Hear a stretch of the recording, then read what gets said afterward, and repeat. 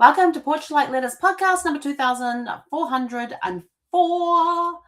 And today we are talking about what role do newspapers play in storytelling. Newspapers capture the ordinary moments that official records overlook. Now, some of these moments could be captured in official records, but newspaper puts their own spin on things. So newspapers document everyday life. Birth notices, engagement announcements, school awards, community events and places, wedding announcements, ancestors and event place. Birth notices, engagement announcements, wedding announcements, school awards, and community events place ancestors inside daily rhythm. These small mentions confirm presence and participation in community life. They transform a name into someone actively living and interacting. Obituaries reveal relationships and reputation. I'm going to show you a couple of these examples in a moment.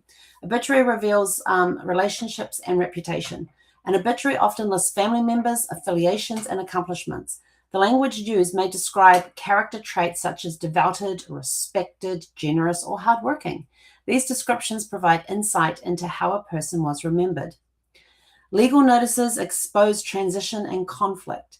Divorces, bankruptcy, property disputes, and court outcomes often appear in local papers. These announcements reveal turning points that may not appear elsewhere. Newspapers often fill gaps between official documents. Advertisements and business listings reveal occupation. If an ancestor owned a shop, placed an advertisement, or was listed in trade announcements, it adds color to their professional life. An advertisement for tailoring services or farming equipment places them inside an economic network. It shows how they contributed to the local economy. Community reporting reveals social connection. Local columns frequently reported visits, travel, church events, and social gatherings. A short note saying Mr. and Mrs. Smith hosted relatives from Wellington reveals relationships and movements. These snippets mark social networks. And why does this matter? Newspapers preserve moments that make ancestors feel real and relatable. All right, I'm going to see if I can get this to work. I got to do the share thingy down here. That's that one. And we want to go to...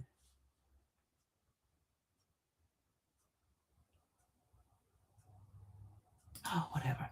I'm going to go to this one here. Okay, so this is, I hope, newspapers.com. Okay. So this is newspapers.com. You can actually go to the heading here, and this is their front page. So on their front page, you can search by location. You can put in keywords. You can put in dates. You can put in location. You can actually move this to whichever country you want it moved to. So you're searching different papers and things. And then it's got recent clippings that I've looked at down here. It has a total of 1,189,581,411 newspaper pages. That's how many it's got online. That's just a small portion of what's available. Topics in newspapers, you can find the different topics and things. But let's go over here. I'm going to go to my clippings. So when you do my clippings, when you clip something, you can put it in. You can put it into my clippings, and it saves it there. So you can go back to it later, and you can download it. So this here is the clipping. This is what the newspaper page looks like over here. Let's see, we can go here. That's page 5. All right, so this is from 1957. It's Saturday, August 24th, 1957. We are on page 5. I think we're on page 5 of the Nottingham Evening News. Why are we on page 5? That's a really good question. Let's go down here and actually let's go back here. So we're looking at an engagement notice. Oh no, this is a wedding notice. This is a wedding announcement. So it says Pritchett to Taylor, Mr. Ronald Pritchett, only son of Mrs. H. Pritchett, which then immediately tells me that something has happened to the father because of 77 Manning Street, Nottingham, and the late Mr. A. Pritchett, so dad's dead, and Miss Beryl Taylor, youngest daughter of Mr. and Mrs. H. Taylor of 37 Derby Road, Eastwood, were married today at St. Mary's Church, Eastwood. Given away by her father, the bride wore a cream and gold suit with lemon flowered hat and a spray of peach roses. She carried an ivory Bible. Her attendants were her cousins, Miss Janet Parks and Miss Maureen Smith and her sister, Mrs. D. Cliff. Best man was Mr. Jeffrey James. A reception was held at the bride's parents' home, and the honeymoon is at the Isle of Wight. So what does this all tell us in here? You've got who got married? Ronald Pritchard. He was the son of Mrs. H. Pritchard, which will be the mother's first name. It used to be that they were lumped under the husband's one, but because he had passed, so he was Mr. A. Pritchard. And Miss Beryl Taylor, she was the younger daughter. So obviously they had more than one daughter. But Ronald was the only son, so I don't have to look for any more sons there. I may have to look for sisters. I don't know, because it doesn't tell us in this. Miss Beryl Taylor was his wife, and they got married today being Saturday, August 24th, 1957. Or is it? Because it says married today. So was it married on the day that the newspaper was printed, or were they married the day before this was printed? That's where you're going to need to go and find marriage certificates. But now you have a date to look for a marriage certificate. And you've got the parents' address, Mr. and Mrs. H. Taylor. You got their address. They were married in the St. Mary's Church, Eastwood, so maybe the parish records might help on that. Given away by her father, that's what she carried. Her attendants were her cousins, Miss Jane Parks and Miss Maureen Smith. Now, because they have different last names to her, which is Taylor, then you know that these are her sister's children. She's got two sisters, one married to a Parks, one married to a Smith. Those are the deductions we can come from this. We then have, now it gives us a place to go and look as well for more information on the sisters. And her sister, Mrs. D. Cliff. So there's 4 sisters mentioned. So one's married to a Parks, one's married to a Smith, and one's married to a Cliff. So now we have 4 sisters because Beryl Taylor is the youngest daughter. Best man was Mr. Jeffrey James. We don't know his relationship, but the reception was held at the bride's parents' place. So from that, we can pull a lot of information and get a lot of clues on where to go start and where places to go start looking. All right. Oh, so let's go and have a look. We can go and have a look at this one real quick. And what do we say? We're on page 5. So let's go back here. Oops, no, I want to go into here. Okay, that's that one. So we're going to go. Would you stop doing that? Okay, let's see if we can. Oh, because I was pressing the wrong button. Helen was clicking the wrong button. Helen's fault. Okay, so now we can scoot out on this one. You're on holiday to celebrate. Mr. and Mrs. J.W. Hamlin of 6 Sydney Terrace, Newark, celebrate their golden wedding anniversary today. Mr. Hillman, who is 73, is a bricklayer and his hobby is fishing. Mr. and Mrs. Hamill have 3 daughters, 2 sons, and 4 grandchildren. They're on holiday in Skegness celebrating the event. So this is the social piece. The social piece on this. Then you've got more marriages. These are all wedding ones. August Sunshine for City Brides. Those are all the weddings. Come up here, we've got Singapore to get tough with the communists. One-way ticket to China if they want it. Sounds interesting.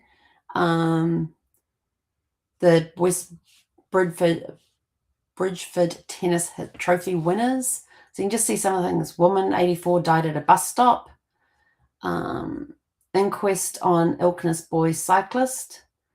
Nottingham candidate withdraws. So there's all sorts of different information on here. Oh, look, we're even down to the TV shows. This is 1957. So yes, they had TV. And you can see what was on the BBC and that as well. Oh, what are we celebrating? What are we taking over here? Oh, we've got a smoking commercial. Commercial for cigarettes. All right, let's go to page 4. So I was telling you, just have a look around. Okay, in beauty final. So here's the sales clerk here who's in a beauty final over here. This couple were married in Idwalton. These people were enthralled by a concert. Aga Khan said to be engaged. £1,250,000 Argentine ordered for Britain. Murder charge of further remand. There's all sorts of stuff on here. Knott's family of 5 escape as Cara returns. Skyman cut away jungle plane for find 4 survivors. Let's go. This is actually the front page of the newspaper. It was 2 pence. 2 pence. Back from Gretna wedding. Now, Gretna Green. was a place in Scotland that you could run away to elope, and it didn't have an age issue with an age. So see here, it says back in Nottingham after their wedding in Gretna Green yesterday were Mr. and Mrs. Alfred Taff, formerly of Radford. He is 19. So at that stage, he may have been under the age that still required parental consent, because I'm not sure when England removed that the males had to be 21 or older. And his bride Sylvia, 17, and they ran off to Gretna Green to wed after their parents refused consent. Both work at the New Victoria Cinema in Nottingham. So the parents didn't agree, so they ran away. They basically eloped. And Gretna Green, for English, the Gretna Green is in Scotland, and it was a common place to go to get married, to get hitched when people eloped. Yeah. So they have all sorts of fun new stuff on here that you can go and read. So this is just a part of, if you go back over here, go back to my clippings. I think I have an obituary on here somewhere. Oh, Mrs. Lawrence Brundle visits Hawaii. Now, she was the wife of my great-uncle's son. And this is an article about him.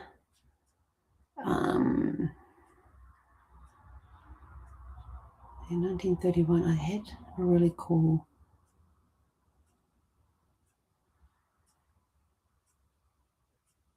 You can find all sorts of things on here. Oh, this one here was from 1860. And this is this little art piece here that's highlighted. Eakins to Longland. So Eakins is my descendant name at Warboys on the 27th alt, which meaning this month. I mean last month, the previous month, because it was the 6th of October, 1860.